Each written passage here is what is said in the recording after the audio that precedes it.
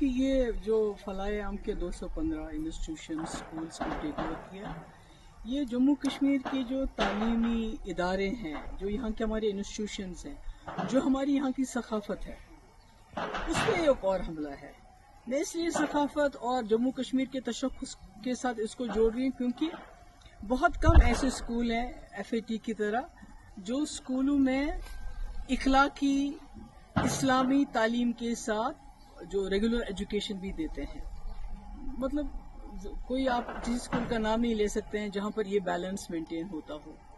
और इन स्कूलों में से बहुत ही नामवर शख्सियत उभरी हैं और इसके साथ हज़ारों के तादाद में, मेरे ख्याल में कोई 50-60 हज़ार तो स्टूडेंट्स हैं, टीचर्स हैं, फैमिलीज़ हैं जो जुड़ी हुई हैं। तो इस तरह से इसको इसको टेक ओवर करना, पहले तो जमात इस्लामी के तमाम एसेट्स को टेक ओवर किया गया, उन पर बैन लगाई गई।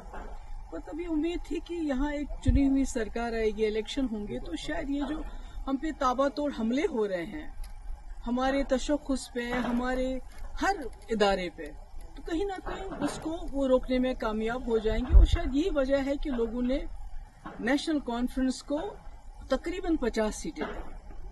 पार्लियामेंट में 3 मेंबर पार्लियामेंट दिए लद्दाख को लेके।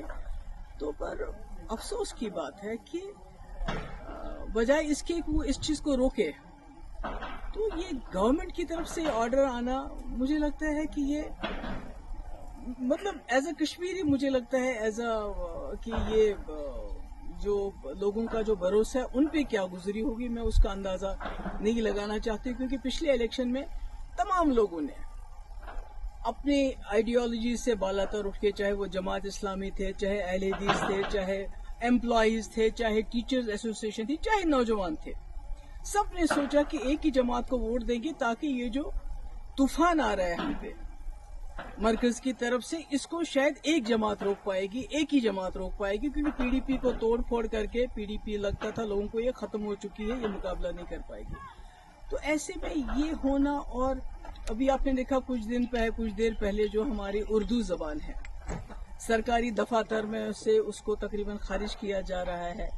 हमारी किताबों, हमारे जो सिलेबस है, जो करिकुलम है, उसमें जो है हमारे शेखुल आलम रहमतुल्लाह अलैह हैं, या हमारे अल्लामा इकबाल साहब हैं, या इसी तरह जो हमारे आगा शाहिद साहब हैं, उनको बिल्कुल उससे अलग किया जा रहा है।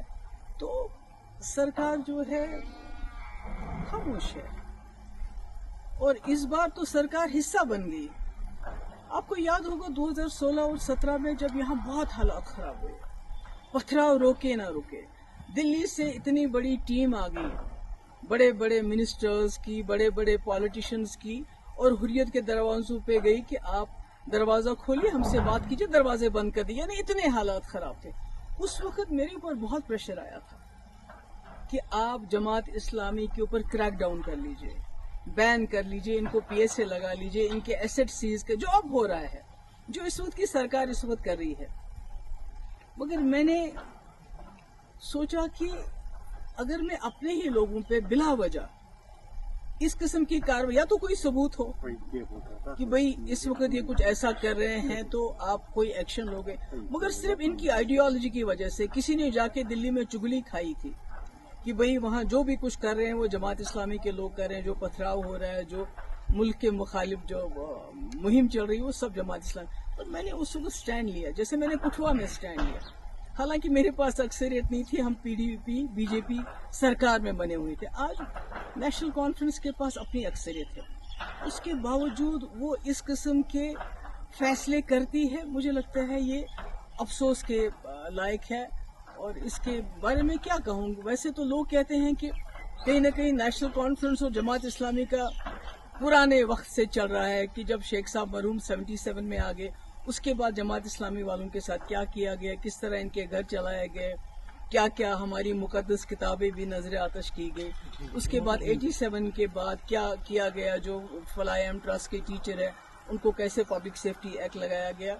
और आज 2025 में अब इनके जो स्कूल थे, जो लोगों के गरीब लोगों को, गरीब बच्चों को, क्योंकि आपने देखा कि सरकारी स्कूलों में जो चीज कमी है वो ये स्कूल पूरी करते थे, जिनका कोई नहीं होता था और कम फीस लेके ये तालीम देते थे।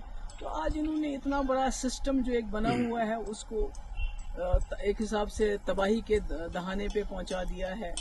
کئی گھر اس کے ساتھ وابستہ ہے, کئی ٹیچر, سب کا مستقبل جو ہے. میم آپ نے ایجوکیشن منسٹر